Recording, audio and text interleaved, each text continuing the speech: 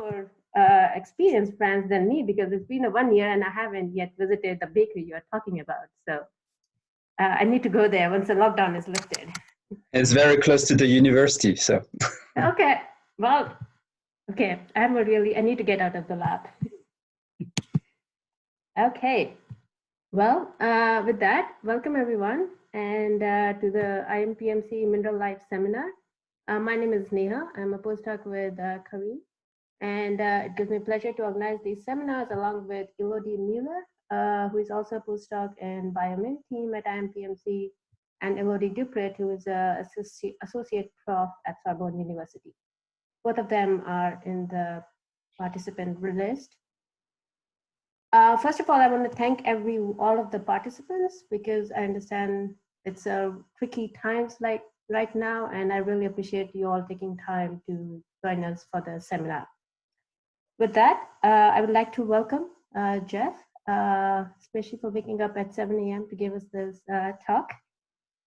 Jeff is assistant prof at University of Colorado, Boulder. He is also a fellow at Renewable and Sustainable Energy Institute and has a joint appointment at National Renewable Energy Lab. His group's research, from what I gathered, at least from brief description, focuses on using cutting-edge synthetic biology tools to investigate the metabolism of the single cell, as well as biochemistry of photosynthetic cyanobacteria. That sounds really cool. But today he will be talking about a topic which is very close to the ongoing research in quite a number of groups here at IMPMC, which is role of cyanobacterial CCM mechanism on biogenic carbonate precipitation. And with that, Jeff, I'm going to hand it to you. The floor is yours. All right. Well, thank you. So,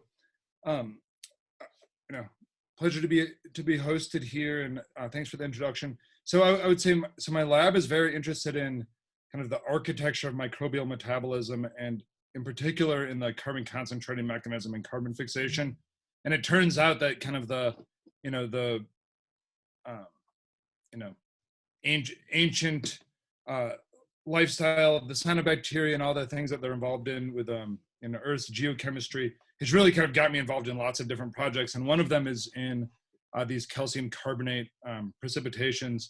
And, in fact, when Kareem came here several years ago, that was, I've been kind of interested in it, but I think he really showed me the beauty of what these things look like inside of this cell. And I've, now spent quite a bit of time looking at these extracellular carbonates.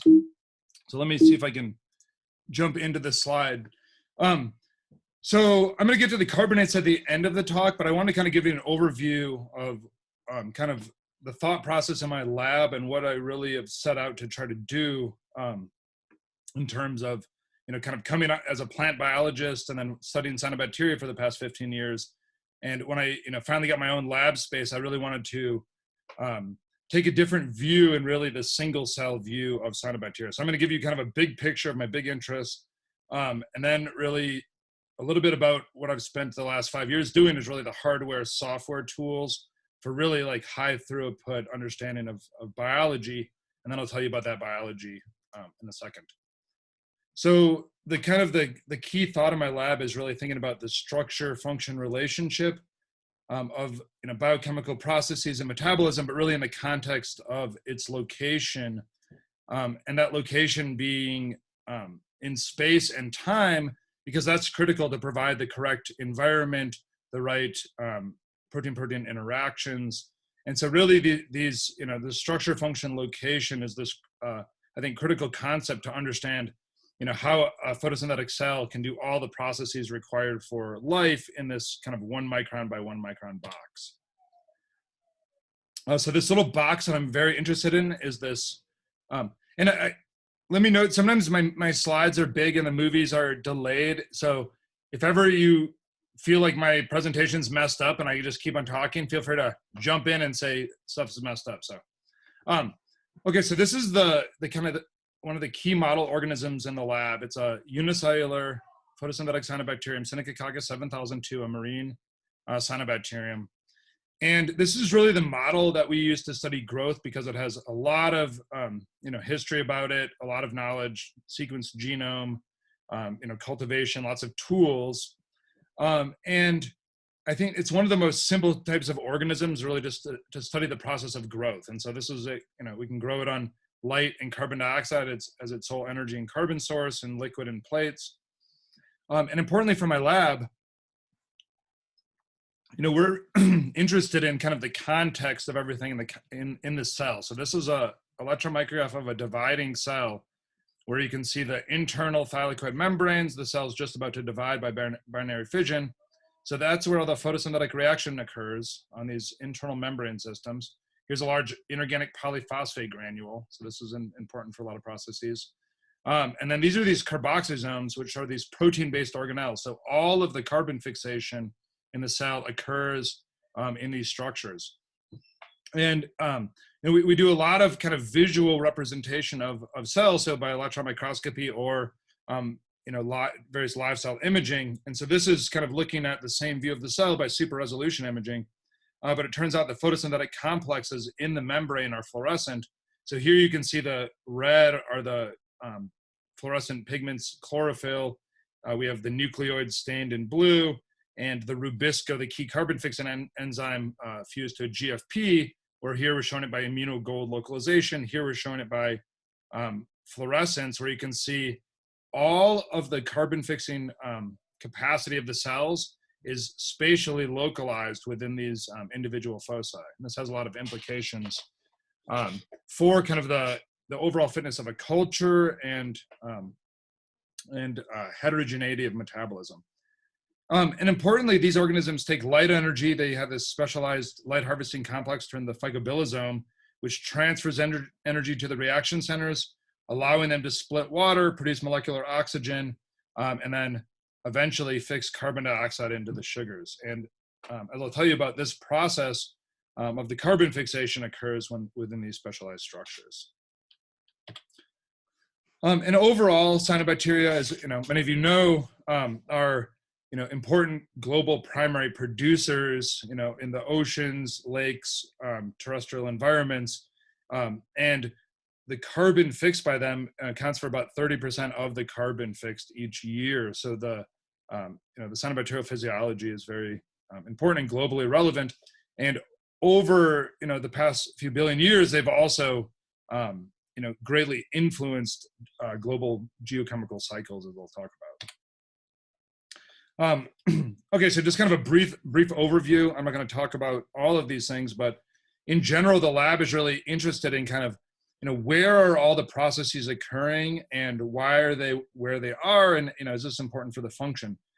So we've spent a lot of time looking at gene expression, RNA turnover, and now we're starting to learn about how RNA in the cell can actually direct processes to spatial locations in the cell.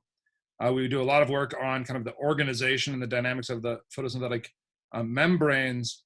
And then I'll spend more time talking about these basically specialized protein-based organelles where enzymes are encapsulated in a protein microcompartment in cyanobacteria. And these properties have really given cyanobacteria some of the most kind of amazing metabolic capabilities. And in fact, they're the only organisms that are able to perform oxygenic photosynthesis, carbon fixation, and nitrogen fixation, really through the spatial and temporal separation of metabolism.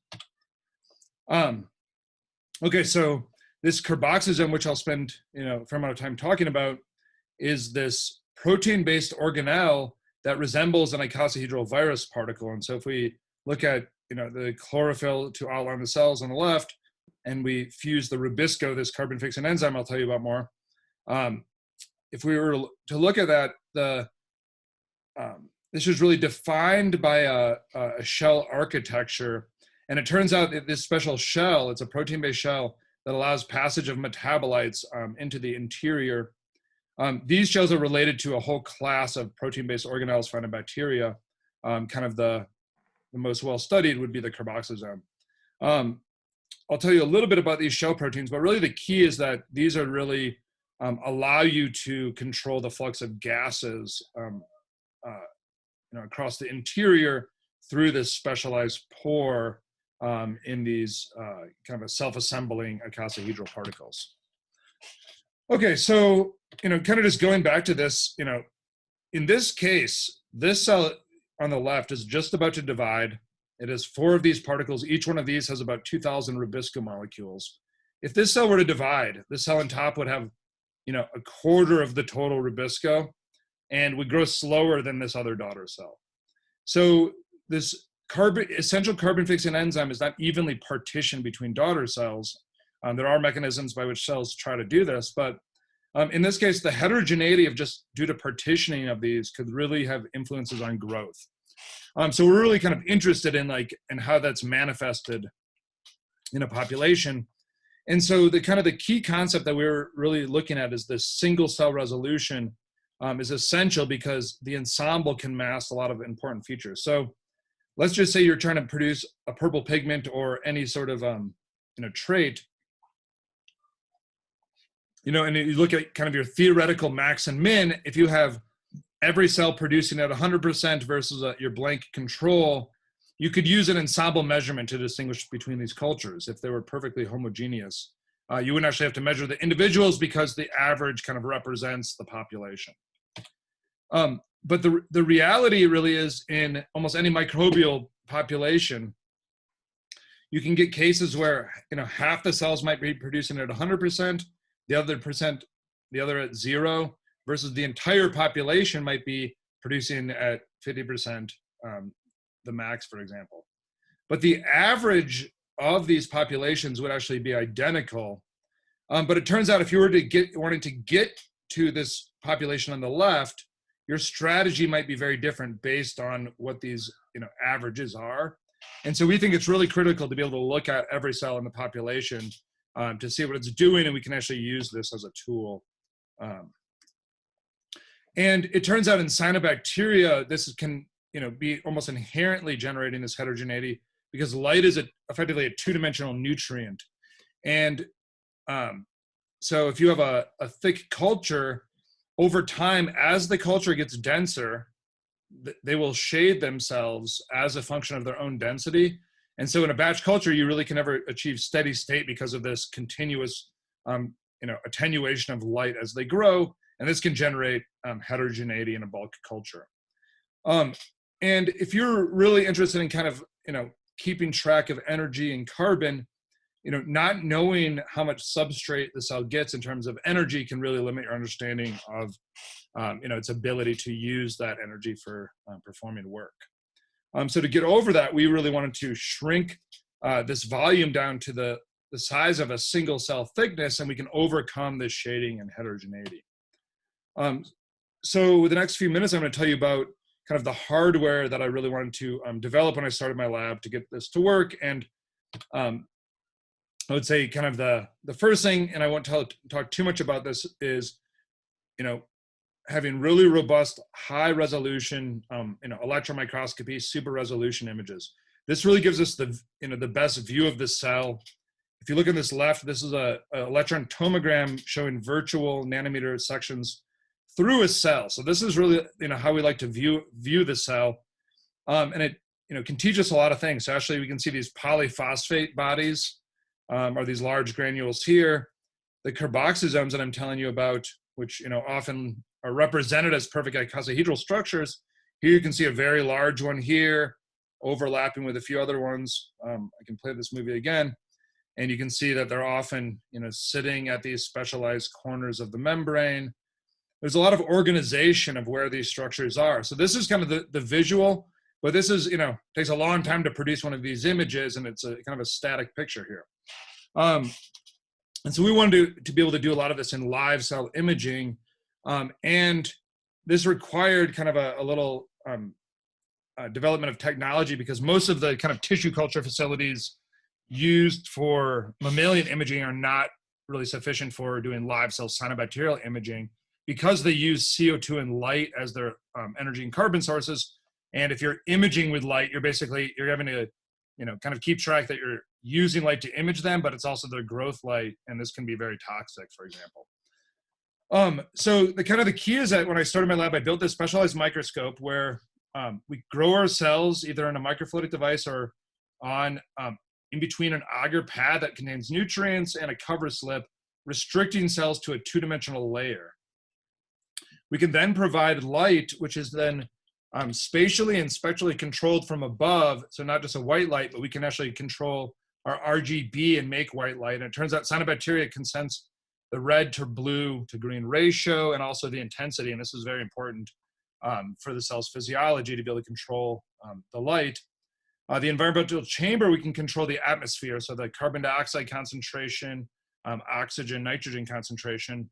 And then we're imaging the cells from below, and we can use different either excitation or emission filters then to capture information on the photosynthetic pigments or other activities of the cell.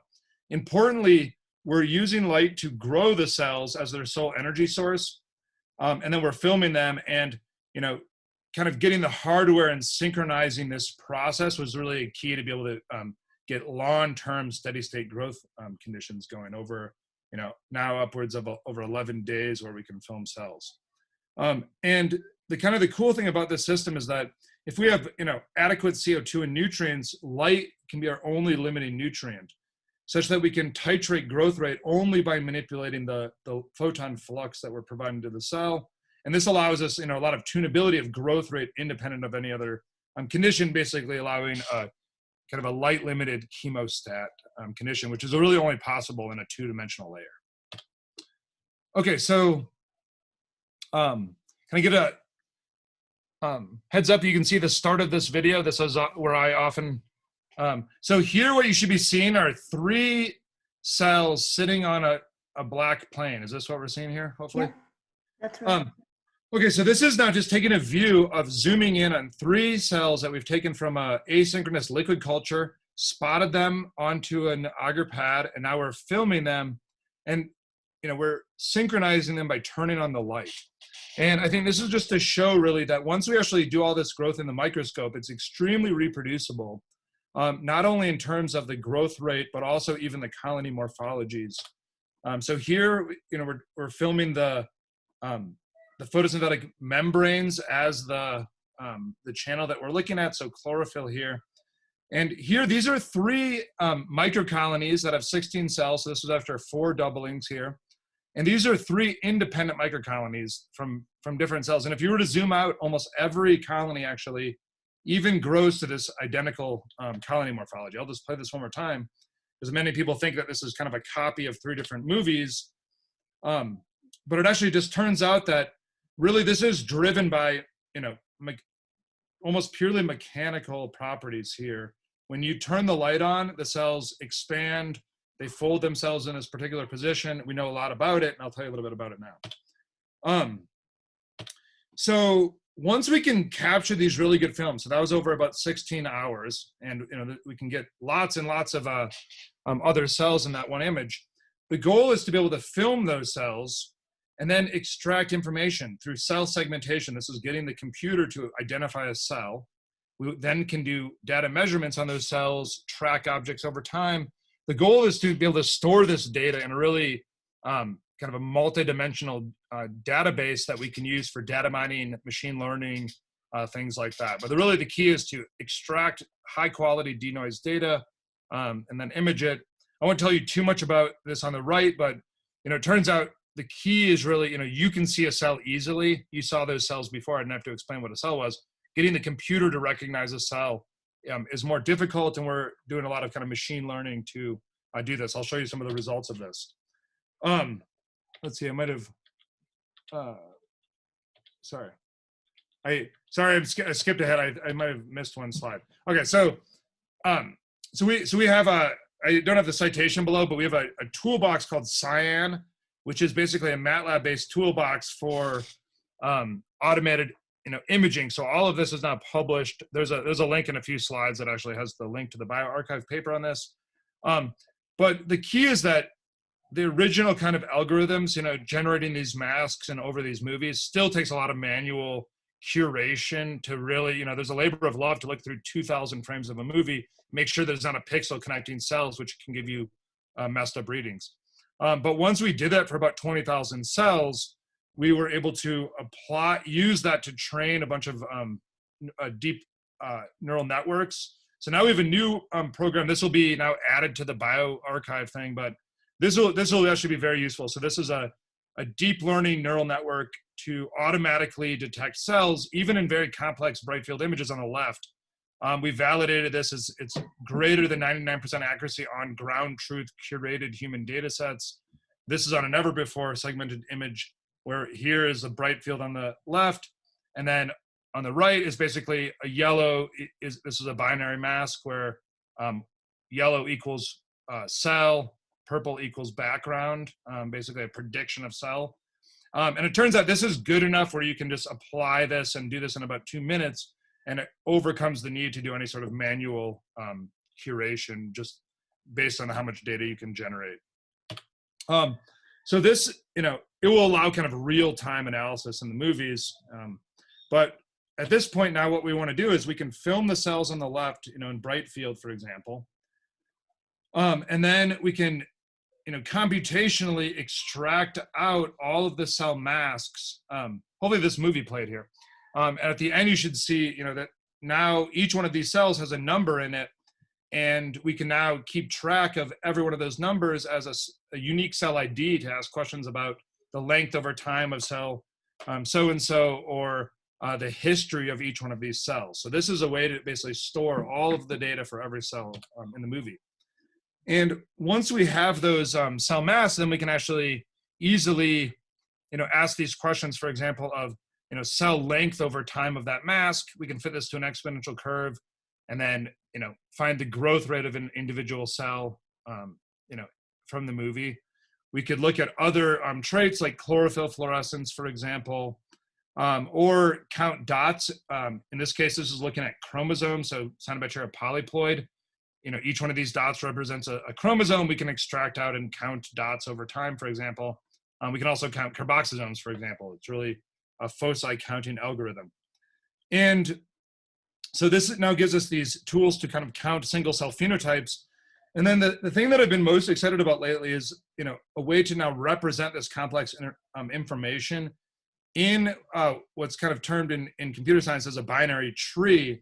So we can map all of those information, the growth information, onto these kind of tree plots here. So on the top right, it's showing a single cell 1 dividing into daughter cells 2 and 3. Cell 2 divides into 4 and 5, and 3 into 6 and 7. We can basically now keep track of that on this tree, where this branch equals the length of time that cell 1 was alive before dividing. So this branch length gives you basically the time to doubling. And then at each one of these diversion points, this would be 2 different cells. And once we actually get the data in the structure, there's a lot of algorithms to just traverse this tree and extract information, such that we can easily just pull out from this tree the growth rate of cell 1, 2, 3, 4, 5, 6, 7, over this 12-hour movie, and compare between lineages, colonies, or cells kind of in any position. And one thing that's been really informative and unique is it turns out that this colony morphology is so reproducible that it actually preserves the lineage information within the colony architecture itself. So in this case, we can, like I mentioned, we can computationally pull out growth curves across a tree.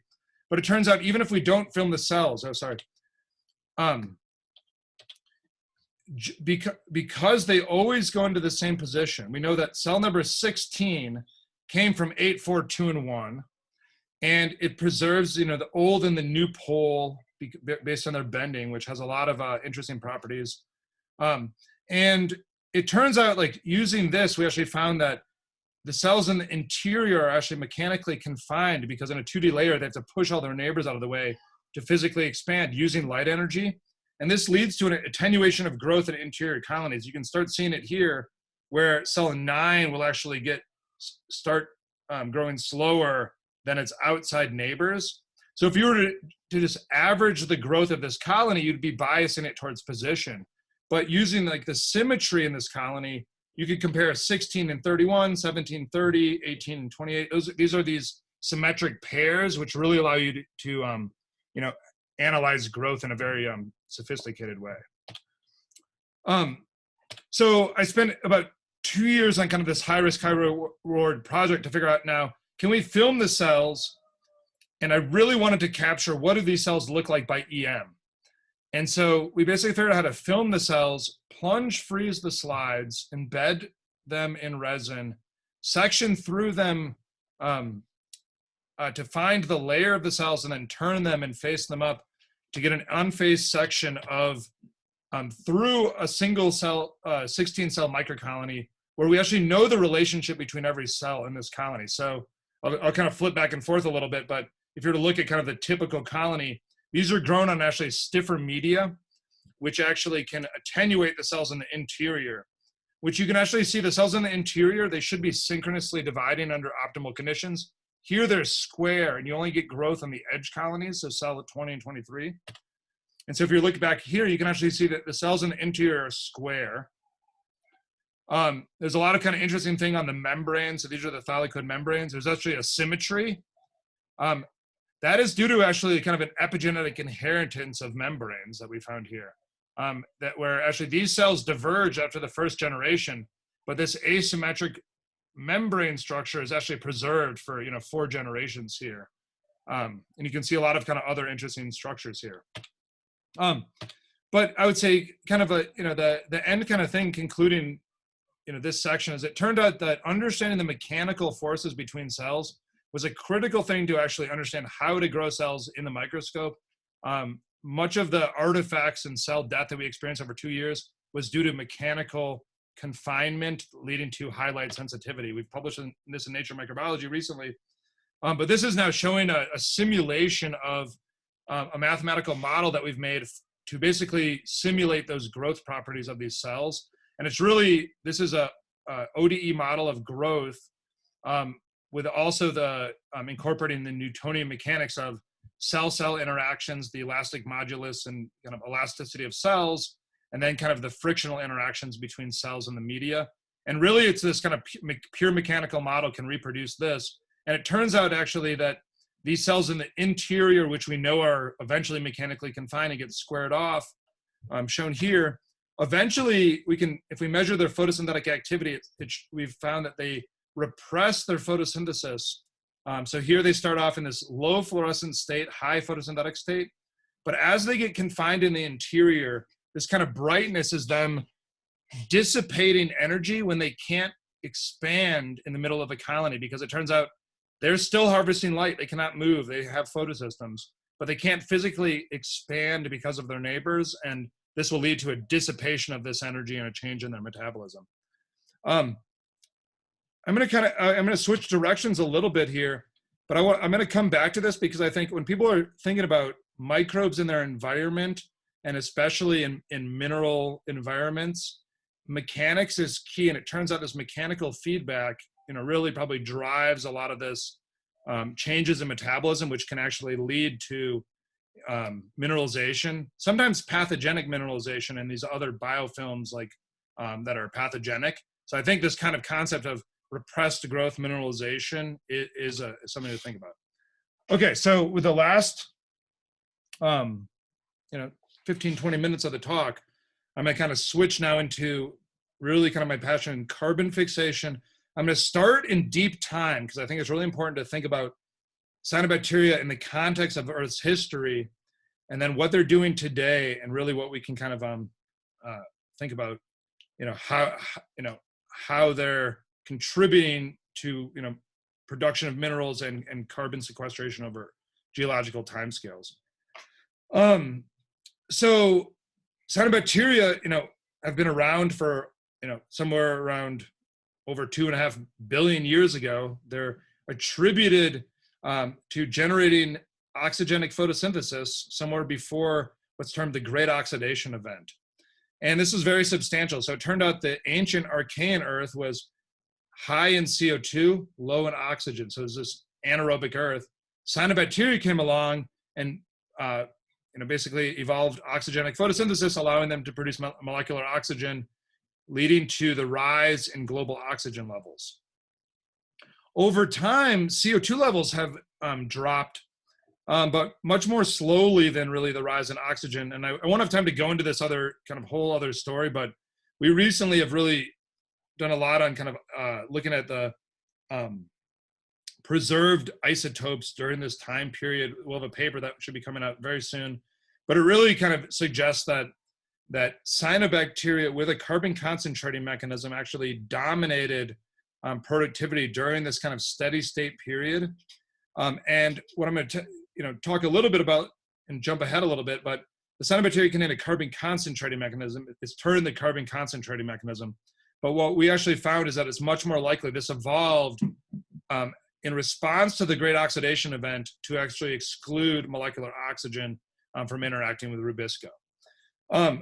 So here's the kind of key thing to think about this context. Cyanobacteria were fixing carbon and thriving in this low oxygen environment, high CO2 environment, and then the atmosphere changed. And actually this represents about 100 million-fold increase in the oxygen to CO2 ratio, even at 100-fold levels of CO2 to the current.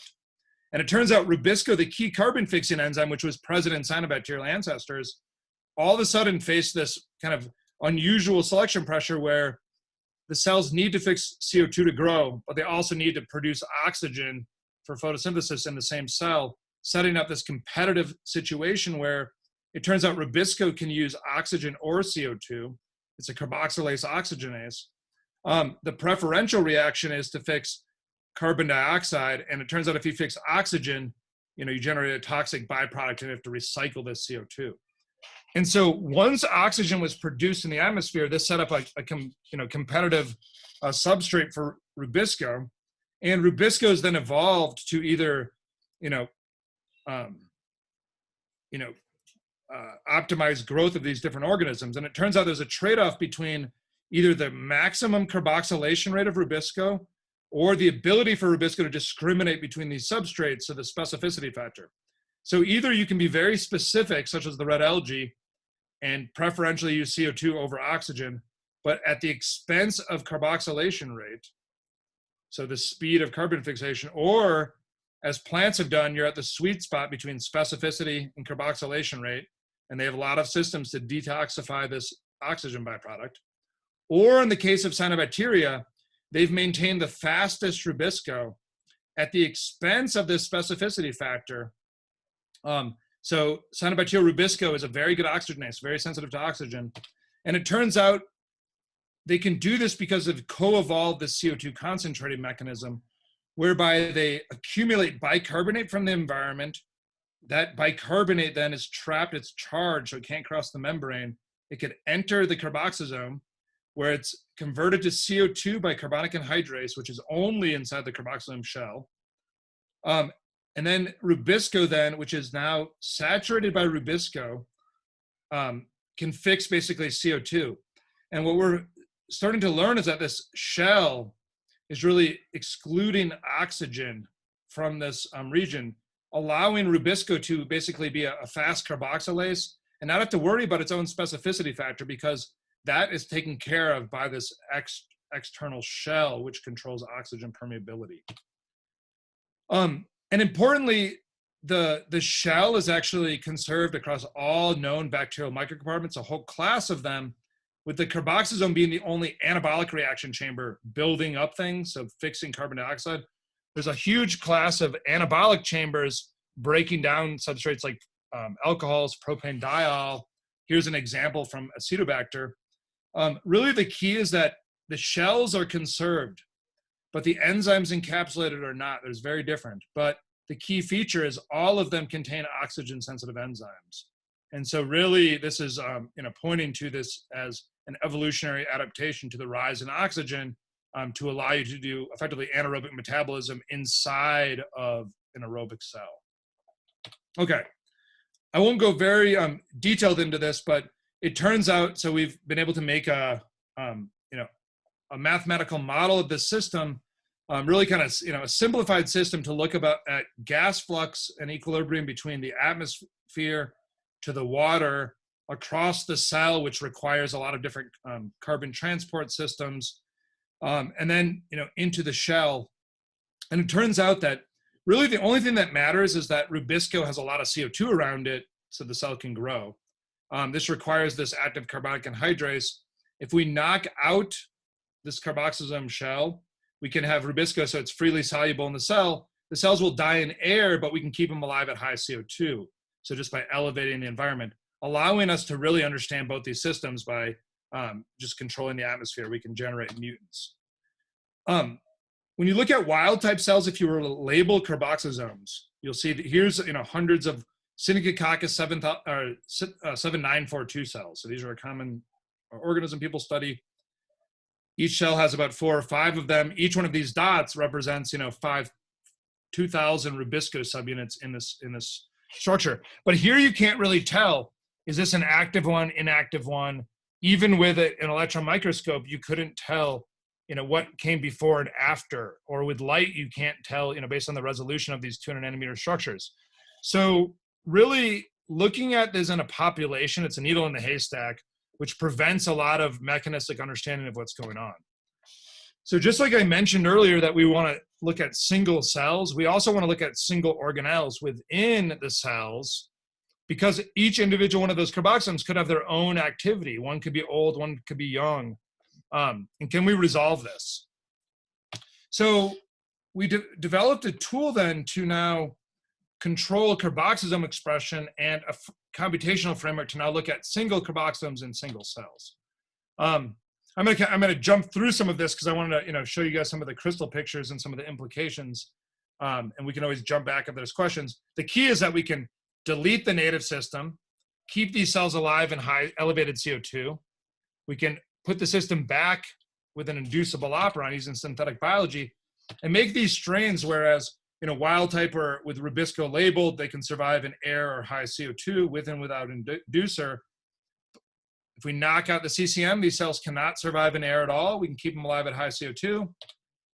But this inducible strain nicely dies in air, but we can perfectly rescue it in air with inducer, showing that we can go from this state to this state just by turning with a chemical. And this shows that we can also image this process. So if we were to look at kind of the key one on the bottom here, we can go from a state of soluble Rubisco to encapsulated Rubisco. This correlates with growth and functional expression of carboxysomes. So here's just a video now where we can do a time lapse of imaging the de novo formation of carboxysomes. So you can see a cell can't grow in air until it makes its first one. Now we make a lot of them, and the cell, enters a steady state growth, and we can grow. Hopefully, can we see a movie? Hopefully. Okay, good. So these are cells with a lot of carboxysomes. It's kind of madness. But what we find is that in that case, there's really too many to count, so what we did is figure out how to induce them and then wash out the inducer, so they can only make a few and then can't make any new ones. And now by tracking them, we can find that cell number 3 can't make any new ones. It only can fix carbon with that one organelle. It can divide to produce 2 cells, but cell 5 can't fix any more carbon in air because it doesn't have a carboxysome. Cell 4 can, and we can track this now over time and basically look at these lineages. So this is now an example of using dilution in a population to measure the activity of individual carboxysomes by relating it to the growth rate of its individual cell. So in this movie, let's play it one more time. Here you can see now this cell only has a single carboxysome. Only the cell that inherits it is able to grow. The other cells can't expand. And at the end of its life, we actually can see it gets recruited to this place and turned over. So this was very valuable because in bulk, we can now dilute carboxysomes over time to less than 1 per cell in the population. And we can count the number of dots in every cell. So we can measure now the growth rate as a function of carboxysome number in the population. And importantly, in this cells with only 1 carboxysome, the growth rate is proportional just to that carboxysome activity, because that's the only way they can fix carbon, accumulate biomass, and grow. So we developed kind of a mathematical framework to extract all this info from movies. Basically, we can just add the sum of lengths of a cell. So this is, very simply, how much total biomass did a cell produce with a single carboxysome? Because they're only expanding basically as in this 2 dimensions, right? They're expanding and dividing. They don't expand in width. So we can basically measure the length over time and get a lot of information. So in this case, if we take all of the data from these movies, or we can get hundreds or thousands of individual carboxysome traces, we found that they cluster into these 3 distinct traces, either ones that never grew, ones that the cells were growing and immediately stopped growing, which was followed by a degradation event of the carboxysome, or cells that can continue to grow. Kind of very briefly, it turns out this no growth phase is correlated to a change in position in the carboxysome to the pole in the cell. So when they become inactivated, they are recruited to the pole and then degraded shortly afterwards. I won't have time to tell you about that, but now we know quite a bit more about this degradation pathway. It turns out even a cell with 2 carboxysomes, here the cell, 1 carboxysome lost activity, we can see an inflection in that growth rate followed by a loss of 1. So now this cell is growing at the level of a single carboxysome from 2. So the cell can sense an inactive carboxysome even in the presence of also functional carboxysomes. And if we look at some of these other kind of growth traces, I'll kind of show you what they look like. So in this case, the cell had 2 carboxysomes. It got diluted to 1. Here the cell is dividing, but its daughter cell couldn't divide. And so these are only the carboxysome lineages where the cell is growing slower over time.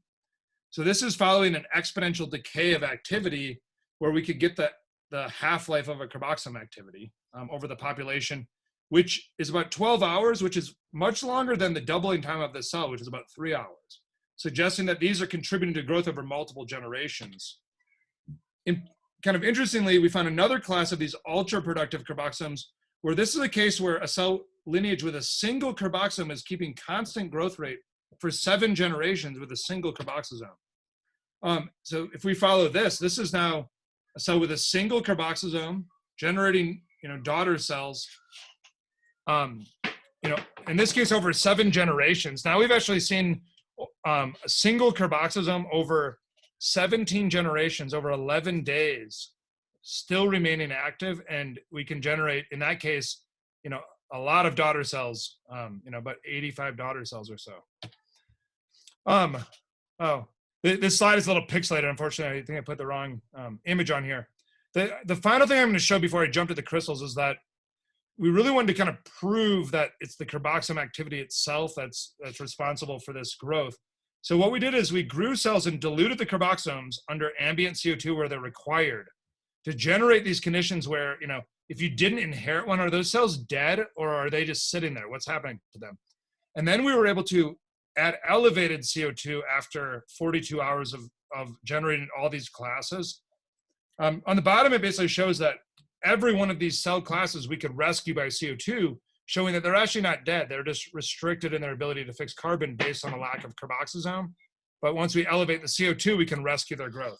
So this is showing this kind of dynamic movie where the cells can grow very fast initially, and now they're growing slower because their carboxysomes are degrading and losing activity. At 42 hours, we had high CO2 back, and now, the population is really fully recovered. Okay, so with that kind of introduction to this carbon concentrating mechanism, which is really, a major passion of the lab, and I got involved in this, interesting DARPA project on engineering living materials, which was interested in calcium carbonates. And it turns out, my lab is very good at carbon fixation and understanding this. And it turns out a byproduct of the carbon concentrating mechanism is thought to lead to an alkalinization of the media, basically through a drawdown of bicarbonate faster than it can re-equilibrate with the media, and leading to this basically elevated hydroxide concentration outside the cell, which shifts the equilibrium of CO2 to carbonate, leading to carbonate precipitation, basically calcium carbonates. Other organisms are known to also do this through urea hydrolysis, so many soil microbes can do this. I won't have too much time to tell you today, but I will tell you that Synechococcus 7002, the organism we work on, has a carbon concentrating mechanism, but also has a functional urease. It hasn't really been appreciated that cyanobacteria actually have both of these pathways, and we can independently resolve the contributions of calcium carbonate production with urea and CO2 and combined in cyanobacteria. So I think this is something that's important, that you can genetically delete both of these pathways and they both are important carbonate producers in cyanobacteria, whereas the CO2 concentrating mechanism is thought to have been the dominant version. So if you look at kind of, these native environments, we often find, even today, cyanobacteria producing these carbonaceous structures like stromatolites. If you were to section through these, you find these, strata of, biomass and different carbonates, which are, these beautiful kind of layer by layer stone structures preserved in the geological record. These calcium carbonates are formed in many different types of crystal forms: trigonal, orthorhombic, hexagonal. We typically find these calcite, aragonite, vaterite, and these have a stability, a thermodynamic stability, such that there's a maturation and a dynamics of these crystals. And often, we find all of these different types of structures, but often it's manifested eventually in the form of calcite, the most stable polymorph. This is probably, you guys are probably experts in a lot of this stuff. I won't go into this, but I think, cement industry is this huge CO2 releaser. Could we actually harness the properties of nature to basically make these carbonates and not actually have to extract them from nature? So very simply, we found that just by growing cells in elevated carbon and calcium carbonate, with elevated calcium chloride and sodium bicarbonate in solution, basically providing a supersaturated condition, the cells will rapidly induce extracellular mineralization of calcium carbonates. Here you can see these little tiny dots are cells, and these are, biogenic minerals, and I'll show you some pictures that these are associated with cells. And it turns out, if we look at these by Raman imaging, we can actually see in a single condition, we do get the majority of the structures. We get our calcite, but we can also get aragonite and vaterite under different conditions. Notably, if we just change the salt conditions or the media conditions, for example, the crystals are extremely plastic in terms of their morphology. This is known just based on, other, basically abiotic mineral precipitations. By changing the magnesium and the calcium ratios, you can, change from kind of more square-like crystals to more, round-like crystals. So it turns out, there's a fair amount of tunability, just by changing the conditions, even at the same kind of growth rate of the cell. For example, these cells can grow in really low and high salt conditions, for example. And it turns out that the crystals that we produce are very different than kind of the abiotic crystals. There is a fair amount of abiotic crystals that can be produced under these conditions because there's a pH influence. So you can easily produce calcites by changing the pH. But the morphology is much different than the crystals you see on the top, where you can actually see these extensive casts left behind by the cells, which you do not find, and often the morphology is very different. Kind of importantly, I think one of the key features is that this requires this change in pH. So when you grow the cells, they will have a rapid change in pH in the light as they basically get carbon starved. And for the people studying these minerals much more extensively than me, we found this very distinct brucite nucleation that was only really found under these photosynthetic conditions of calcite production. So if we inhibit photosynthesis with DCMU to inhibit photosystem 2, we change we inhibit this rise in pH. This requires photosynthesis, or if we put the cells in the dark. In this case, we do get some minerals. I would say this isn't really quantitative in yield because we're trying to enrich for SEM. So we get a lot less minerals, and many of these are like semi-biotic, I would say. But the key is that we do not see any brucite in these different conditions, which is kind of distinctive. And furthermore, we found that if we knock out the carbon concentrating mechanism, which is really thought to be essential for this process, we can form, even under elevated CO2 conditions, very distinct types of biotic minerals with a strain lacking the carbon concentrating mechanism entirely. And so Here's compared to wild type versus the mutant. The morphology is different. You often find much more interface with the cells in the wild type. But I think this is substantial and could reveal some additional mechanisms in biotic calcites.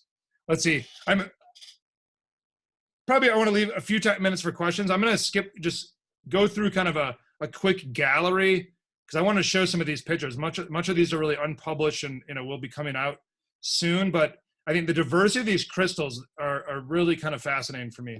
These are just by kind of tuning the environment of wild type cells. These are what I call the calcite hotels. You often find these kind of more disc-like structures. These will manifest into these square-like crystals where you can now see the cells highly interfaced and eventually forming facets. These are calcite. Under different conditions, you can actually see these kind of mixed crystal landscapes with aragonite and calcite here. This is kind of one of my favorite crystals when you start seeing how interfaced. And one of the important things is we've worked a lot with other bacteria and even engineered this into E. coli. E. coli will always cast itself and die. Bacillus casts itself and dies. Cyanobacteria always leave an open face sandwich here, allowing themselves to thrive within these crystals.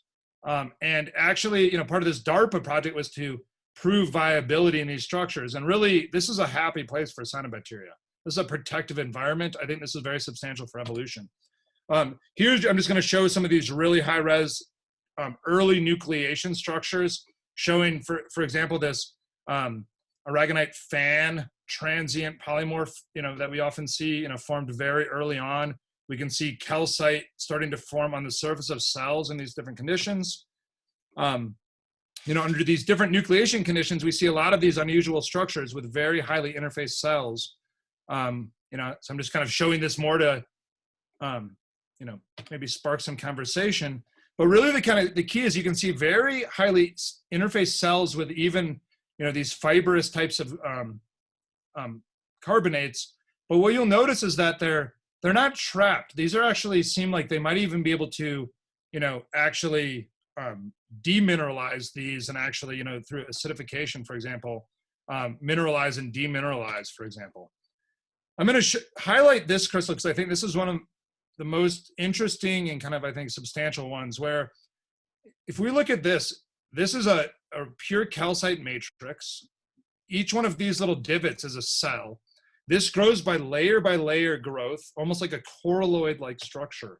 If we were to zoom in, we can see each one of those is a cell. These never get trapped. It's very unusual because you'd think that if you get rapid growth of these calcites, it's going to cast the cells. They never cast, suggesting that this is really a process that's controlled by the cell. So let me just say this data is from many years ago. And I've always been wondering, how is this working? I never really understood what the mechanism by what this is formed. Recently, after several years of work, we've now been able to figure out how to combine our live cell cyanobacterial imaging, which has kind of been the limiting factor because it takes tens of hours, requires light CO2, and the simultaneous imaging of the biogenic crystal growth in the same environment that we produce this crystal. So this is basically, we finally got the film of this being formed in live cell imaging. And it's actually, I would just tell you that it's totally made me rethink of how these are formed. And I think this leaves the field open in some of the questions. So here we can actually see there is a substantial amount of these small abiotic crystals, these little barbells of calcite that we can actually see that are often formed. These are similar sizes to the cells. And here I'm now going to start this movie. So what you can see here is a rapid growth of the crystals. And now I want you to focus on, if you can see my mouse up in this corner. Here now we've actually, the crystal has casted a cell. So the crystal is now grown into the cell, casting the cell. It wasn't actually nucleated on the cell. And now actually this mother cell is trapped in the cell, and all of its daughters are just being buttered out. This cell never can escape. And this is actually leading now to this high local concentration of cells intricately trapped and associated with the crystals. You can actually see this.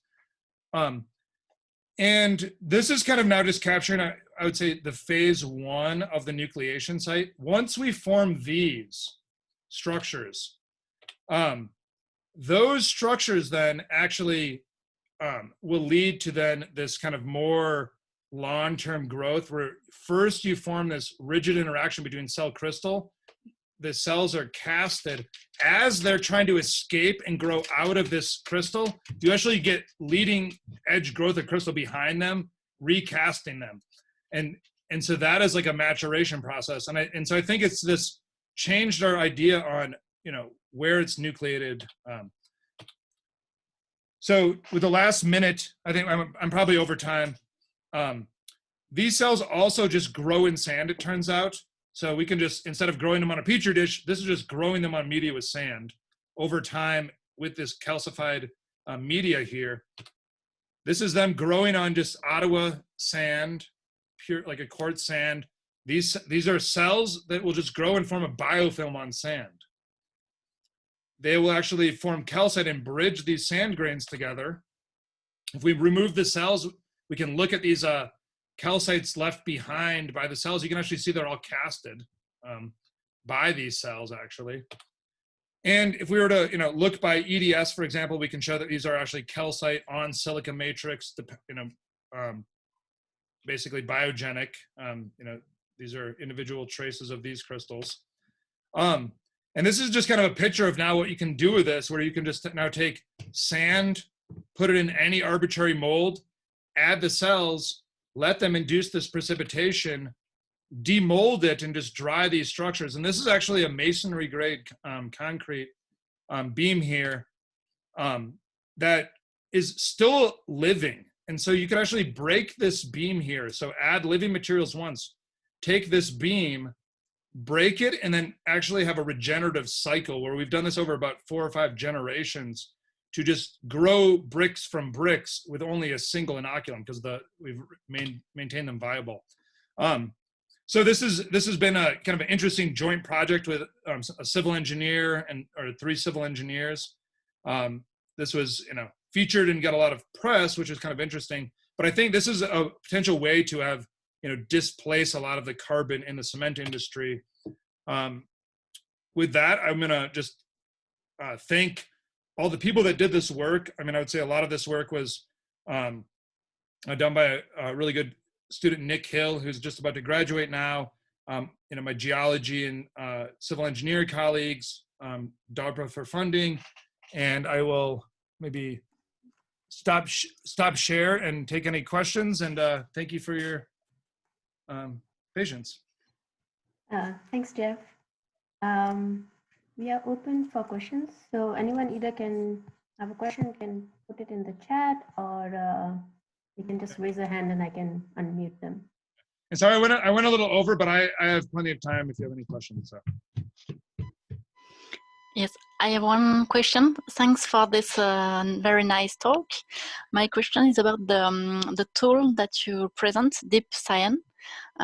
Did you already try to use it on environmental samples, or is it only for axenic strains?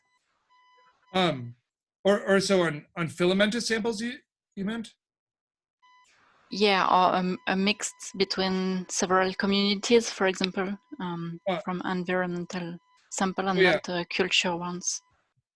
Yeah, so we've done a lot of things of just mixing strains purposely together in different mutants and making defined mixed communities. It's very good at that because we can just film everything together, you know, under the exact same conditions, and then computationally segment them by trait, by cell size, or initial fluorescence. So you can, you know, easily use this to look at mixed microbial communities. We're doing this a lot. We're also looking at a lot of filamentous cyanobacteria, so these Anabina strains and ones that differentiate into complex morphologies, and, you know, environmental samples. So I think it's really the main thing that my lab is focusing on now, because once we figure out that it's working, it's too exciting not to do it because it's so fast. It takes the processing from, you know, 2 weeks to 1 minute, and really and really the key is just getting the good ground truth data set. So if you have like any mixed community, you could just do kind of like a static segmentation and then train the neural network with that. But I'm happy to discuss that.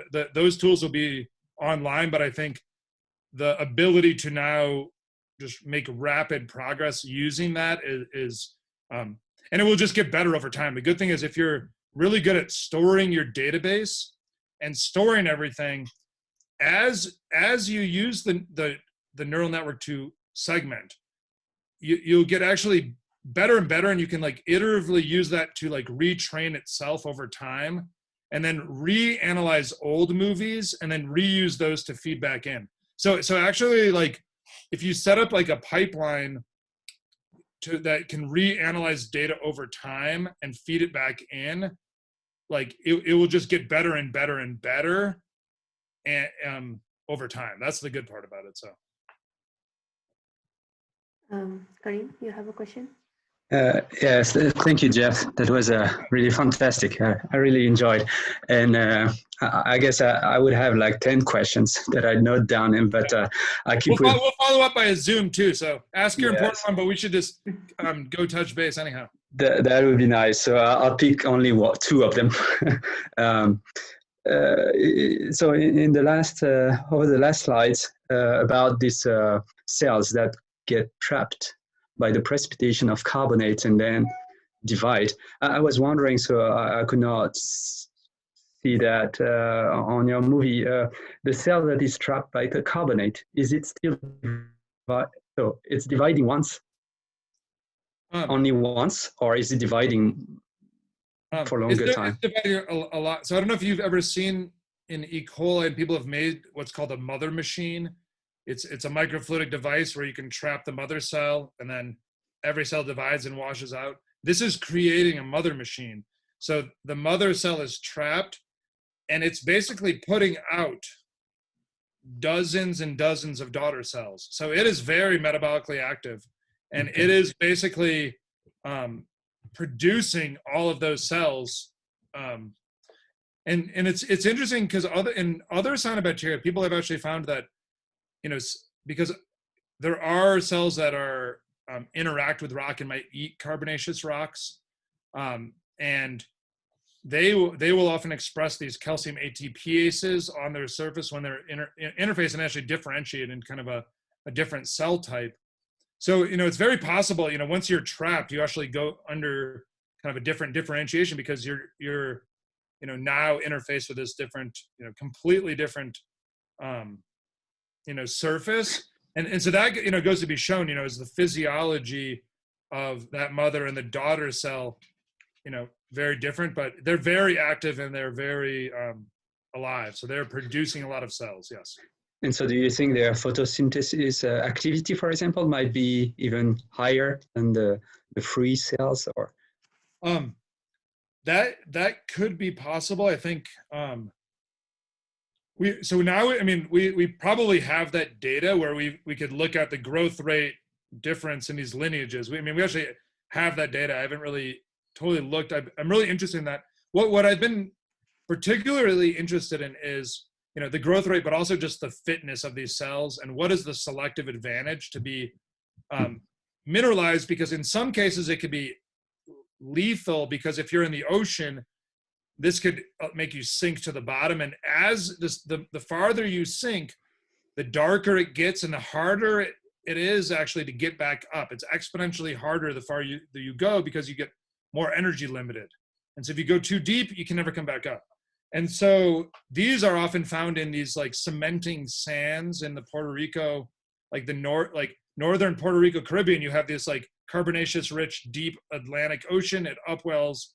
And so like in the Turks and Caicos, this is where you get these ooids and these carbonaceous sands. Puerto Rico, it doesn't go to the other side. So you have like cementing sands. So I think this is probably much, and like Synechococcus 7002 is found there. So this is likely more of like when you're growing on sand and these biofilms. But the one thing that's been very interesting is that, I think it could be very important for protection from high light environments, and in that case, in a high light, you want high CO2 because if you have a lot of light, you need, a sink for that, which is carbon. And the carbonates actually might create a shade and even the optimal light for photosynthesis. This is something that I've been thinking about. I'll share this to you guys because I would say I have too many things to do. And the thing that's been I've been very interested in these manganese calcites. And manganese calcites, these like rhodochrisites and things, where manganese is a key element for photosynthesis, for oxygen evolution. So is calcium. It forms the water oxidizing complex. So is carbonate. But it turns out magnesium calcite has a very interesting optical property that it actually fluoresces, it absorbs UV and fluoresces at 630 nanometer light, which is the exact wavelength that cyanobacteria like. And so it's a very odd thing where it's basically it's a down conversion of UV to red light in conditions where the cells are under evaporating high light conditions on the sand. And these cells are known to be very high light tolerant. And so it's basically like when you're evaporating, and the interesting thing is if we just evaporate our media, which is salt water, which is, over 300 millimolar sodium chloride, if we evaporate them, they go into calcite and not halite, which we do produce a lot of salt crystals, but they're partitioned into calcite, which is kind of interesting. So and these are found in these tidal mudflats. So as the tide goes out, you're in bright Caribbean sun, you're evaporating, it's raising the carbonate levels because you're just evaporating water. They nucleate this on themselves, which will, could provide this protection from this high sun when you're basically now on the sand. And, when you go back into the, to the ocean, it can redissolve and now you have access to CO2. To me, that seems like a very likely kind of like day-night cycle where it's this interaction with this calcite, it's protecting you. So now we have a really good system to actually measure UV and like photo damage and this high throughput photo damage experiment. In the microscope, now we're applying this to like in the crystals, are the cells actually protected? But long story short, I think this is going to be important of like a UV protection mechanism that might have even been important for like the evolution of photosynthesis in general. So. Thanks. Just a related question to that while people are thinking about questions. Did you, for the there was 7002, how they are attached to the mineral substrates, did you check about whether they have some sort of substrate selectivity? So for example, if you have apatite, like a calcium phosphate, and if you put it in the culture, would you expect them to colonize, like basically attach to, like form that mother cluster which you're talking about in the similar fashion? Or is it very specific to carbonates? Yeah, so with 7002, we haven't really done those experiments because it's so they're non-motile. And, it turns out it's kind of complicated if you just randomly put things together and then statistically look at interactions. It's hard to tell, like, are they moving or preferentially enriched? Because, just because we see them next to it, we don't really know. So we started working on these other natural strains that we extracted from ooids. So these carbonaceous sands in the Caribbean. It turns out that like we've been able to enrich cyanobacteria from them. They're motile and they swim and they're very fast. And so it turns out like it's a much better system to look at like what cells they like, because we can basically like put different minerals and film them and see like are they actually like, is there like are they moving towards them, away from them, do they inhabit them? Right. So I think those are the questions I'm really interested in, that type of like, are they going and seeking them? Is there kind of this chemotactic?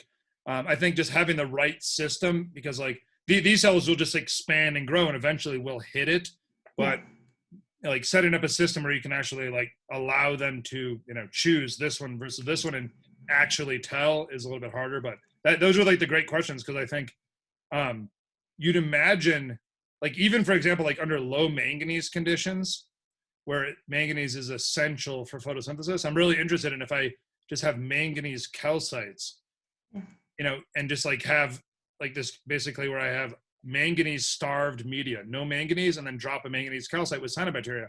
Will I just get growth like in some sort of little cluster around that? Could that do you get localized growth? Those are the experiments I'm very interested in, but have not done yet.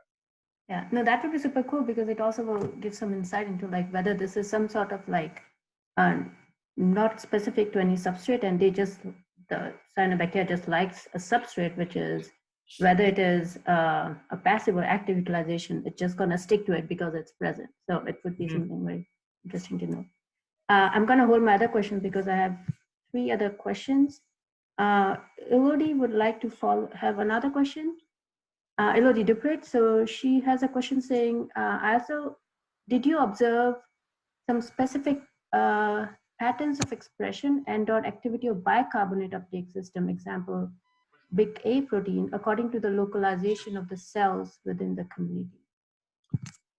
That's a really good question. We have not looked at, so in a microcolony, in a single layer 16 cell microcolony, it's not nutrient limited until it goes into another dimension. So it's on a cover slip and we're giving them bicarbonate, at millimolar levels.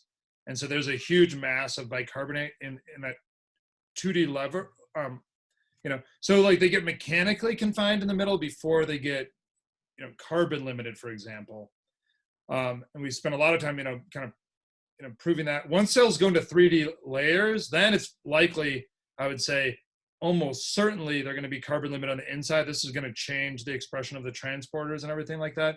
We have not really looked at that. I think that's a great idea. The transporters themselves are, there's a lot of mystery, and when the cells grow in high versus low CO2, their own affinity for CO2 changes.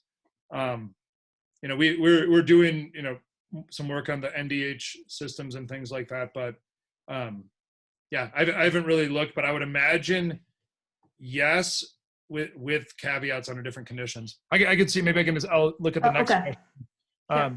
Have you had a chance to look at changes in cell ultrastructure or protein expression for the mother cells trapped in the crystal? I would say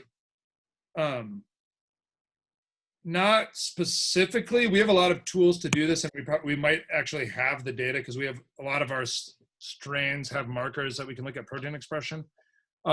We have looked at, we have a paper in Nature Microbiology looking at cells in mechanically confined environments, and so we know a lot just about the general principle. If you confine a cell under stiff media or anything like that, you will change protein expression. So this is like a very similar condition, with the caveat that I have no idea what the cell interface with the mineral looks like, and are they taking up, can they even use this as some sort of, energy source or something.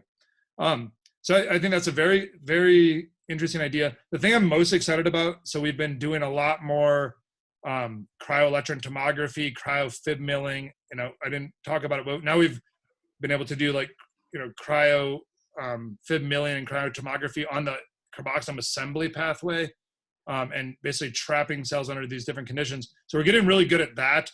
We just got awarded to be a cryo-electron tomography service center at CU Boulder in my building, with the fib milling and everything.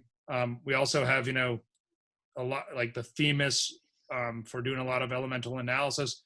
Over the next 5 years, my goal is to really start, now that we have the tools to section through cell crystal interfaces, really get the cryo-ET structure of that interface and elemental maps and really see what that looks like. I've no idea. That's like my dream, is to take one of those beautiful calcites, mill it, down to an 80 nanometer section, do a full tilt series of what that looks like, and then bring that sample, which is going to be damaged, over to the Themis, and then do a correlated elemental mapping of the crystal and have that structure. So that's, the goal over the next 5 years, to generate that image. So. Well, that was my question. And thank you so much for that answer. The talk was fascinating, and you may be hearing from me by email because I'm working on a different system. It's halophiles, halophilic archaea in halite, but it's a similar process. So I may be in touch with you because that sounds fascinating. Yeah, I think now that these, the good fib mill and the cryo fib milling systems where you can just, we've done it a lot, and it's basically, I spend all of my nights zooming around through these, basically thick sections of individual cyanobacterial cells. Yeah, and it's pretty much unbelievable because you feel like a scuba diver in a cell. That is actually, I feel like, how we'll figure out how things working, because you basically want to just correlate the live cell and then just go look at it with your own eyes. I don't know. I don't even know if there's people on here yet, but I'll just kind of show the sneak peek of the type of data you can get out of this. So this is like a single carboxysome, and each one of those little marbles now is every rubisco segmented. These are the assembly intermediates, the polyphosphate, every ribosome, but this doesn't even really kind of explain the depth of this data, because each one of these sections is 0.3 nanometers, so you get 10 stacks through rubisco. So you can really actually see every single protein in the cell here at near molecular resolution, and the goal is to segment out every cell, or every density in this cell, and start looking at where things are, where are the crystals. But I would say it's so exciting to be able to look in the cell and see an individual rubisco, an individual protein that what it is. I think the most powerful thing that we found is that a lot of people are just looking at things, and if you don't have the correlated map, you can just see anything you want. And it turns out that, like, using, I would say I'm a synthetic biologist, and we do a lot of stuff on that. I'm almost just have stopped doing a lot of like cloning synthetic biology, because the power of the environment is much more powerful, and to just synchronize things. So, like, for example, starve cells for manganese, add manganese, you synchronize the system to grow, and then just take time points. Or, starve them for calcium, add calcium, and get crystals to grow. And so, like, we spend a lot of time in like the synthetic biology, which takes years, and every clone costs like $20,000 in reality. And it's with machine learning and imaging, it's almost like there's no point, because you just use nature and the diversity. Just like take your cells under like 10 different conditions, and then you can basically like figure out like the principles of that just by using environmental poisoning. And so like almost everything, it's like with the cryo, it's like, just figure out how to like stall your cells to grow, induce growth, and then you can just trap like, crystals forming. So yeah, love to follow up. This is an exciting time. So I could talk forever about it, because it's like, once you get the picture, it's insane. Because one of these things, I'm writing 5 papers from this one data set, because it's just, the goal was to look at carboxysomes. It turned out we've been able to find the thylakoid membrane biogenesis, because when you turn on carboxysomes, it turns on membranes. And so, like, the side project is we basically found the nucleation set of thylakoid membranes. We also found all these, so almost you find so many other things. You need one data set, and you can just spend your life on it. So it's cool. We have another question from Melissa Brito. Hi, Jeffrey, and thank you very much for your presentation. It's a very, very nice topic. I'm also working with the cyanobacteria. So I have a few questions about your general approach in the lab experiments. Just wanted to ask you if you work with the pure cultures. Was that Synechococcus, if I understood well, right? Yeah, this is the Synechococcus 7002. That's one of the pure culture. We have an entire culture collection in the lab, so we're looking at lots of unusual cyanobacteria, mixing them together, taking things out of ponds. Basically just like seeing anything we can film, and then can we extract the movies. So it works very, yeah. So you can do any sort of mixing of things. All right, and So you grew the cells, you cultivated the cells, and later you showed the crystals that you obtained, the calcium carbonate crystals. I would like to know if you extract the EPS, because I didn't understand well how you precipitated it. Was it cells and EPS, or just EPS, or on the cells? Because I saw that you used the ammonium source and calcium chloride, but you performed on organic metrics or just on the cells? How was that? Yeah. Well, so far, almost all of the cyanobacteria that we've tested, Synechococcus 7942, if we grow them under this particular condition of this, like almost all of them will induce biogenic calcium carbonate precipitation. Most all of these cyanobacteria do make an EPS, and they have some of them have extensive EPS. And I think the interesting thing is, in some conditions you can actually see mineralization on the surface of the cells.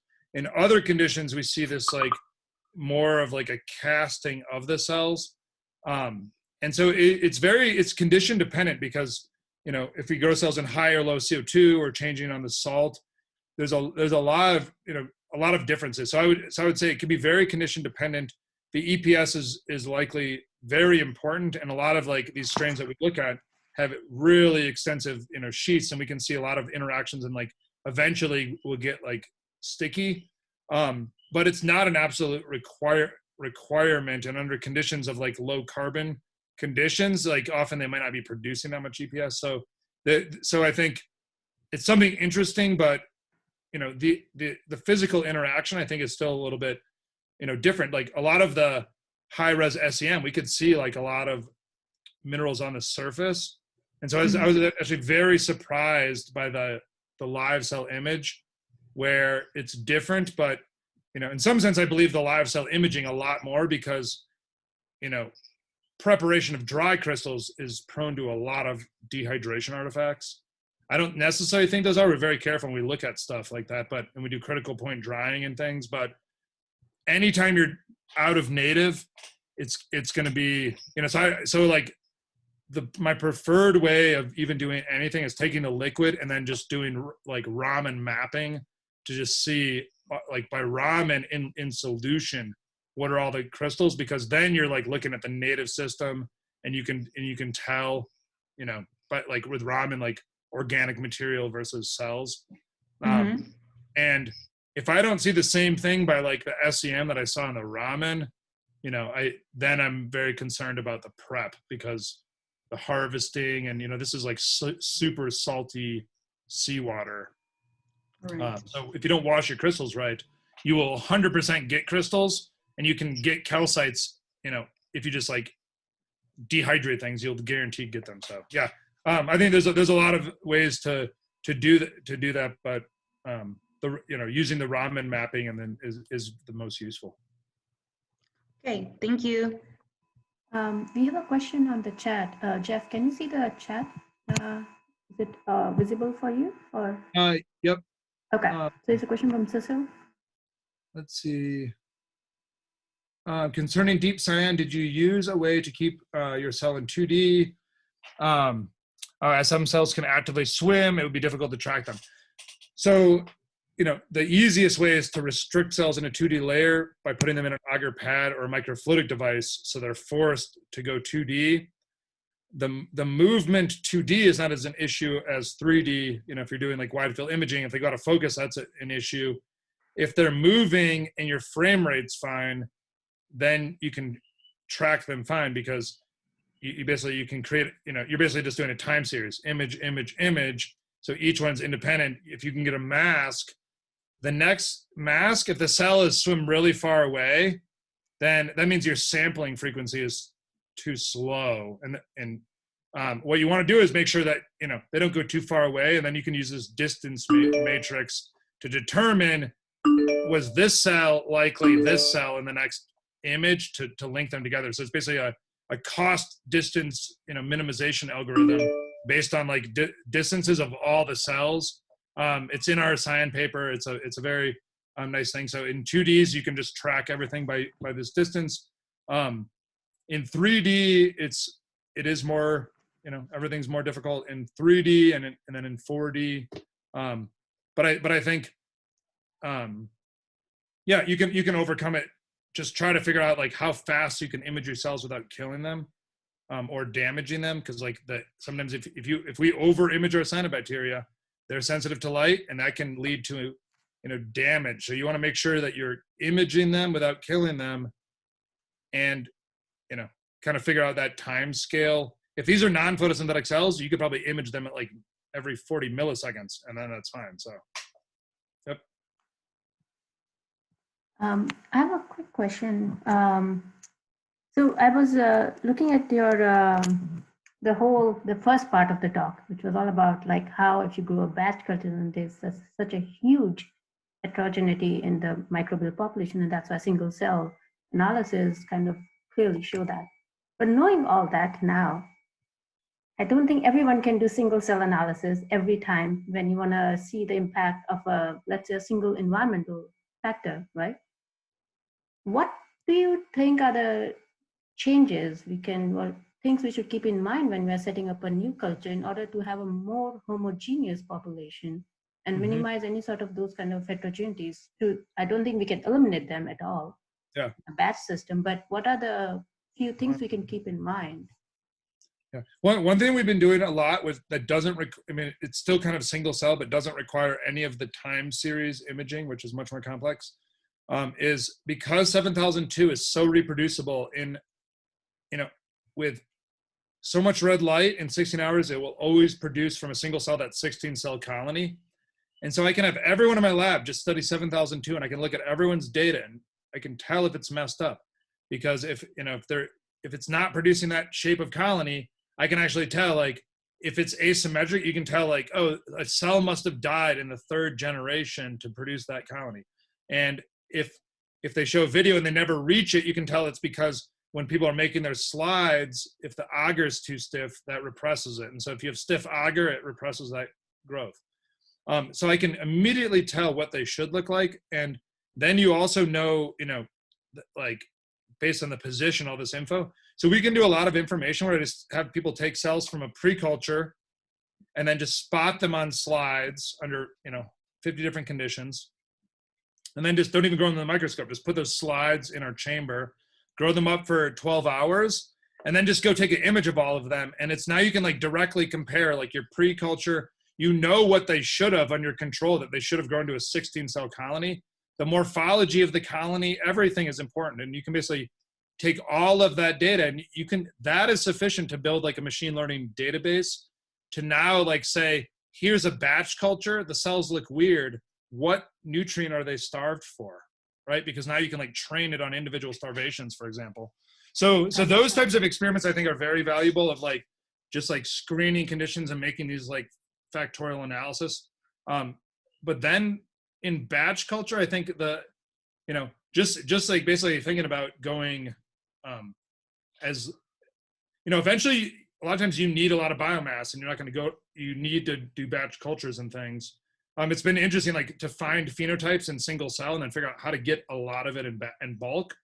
And we can go that way. We found like unusual, like the degradation center for the carboxymes we found in single cell, and then use that to identify the conditions where we make them, and then scaled up, found them in bulk, purified them.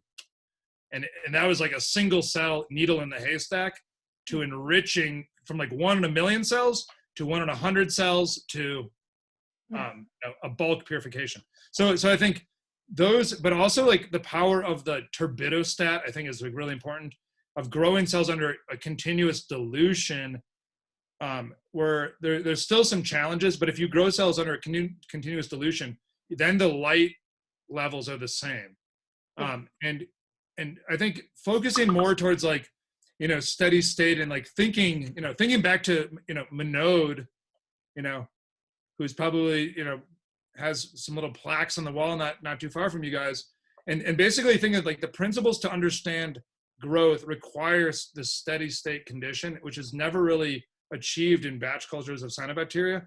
And you know, my friend Ryan Clark made a really good model of like light limited growth and like understanding that process under different configurations. and so I think really like just considering the light and how that will influence everything, and the carbon, and like knowing what your limiting resource is going to tell you, like, are you light limited or carbon limited? If you don't know in your experiment, that is the danger, because it could be changing, and you want to know, what is your limiting nutrient. That's going to tell you a lot about what's happening. So, but yeah. All right, I might have to jump off, but I wish I could just stay in Paris forever and talk to you guys, and hopefully I can, I will definitely go there, and I'll stop by in person one of these days. But I would just say I'm totally open for collaborations, follow up. We have a lot of tools. I am very slow to publish because I just working on too many things at once. I have 4 little kids, so I'm very happy to share unpublished data and other things. That'll be much faster, because I think it's a good community, and there's a lot of like important things that we have to do with cyanobacteria, and it's really could be synergistic, because I think there's too much important things to do and not enough time. So, all right.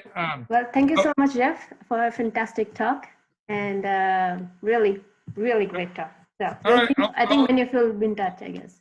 Yeah, I'll follow up with a lot of you. All right, bye. Bye. Bye-bye. Thank you.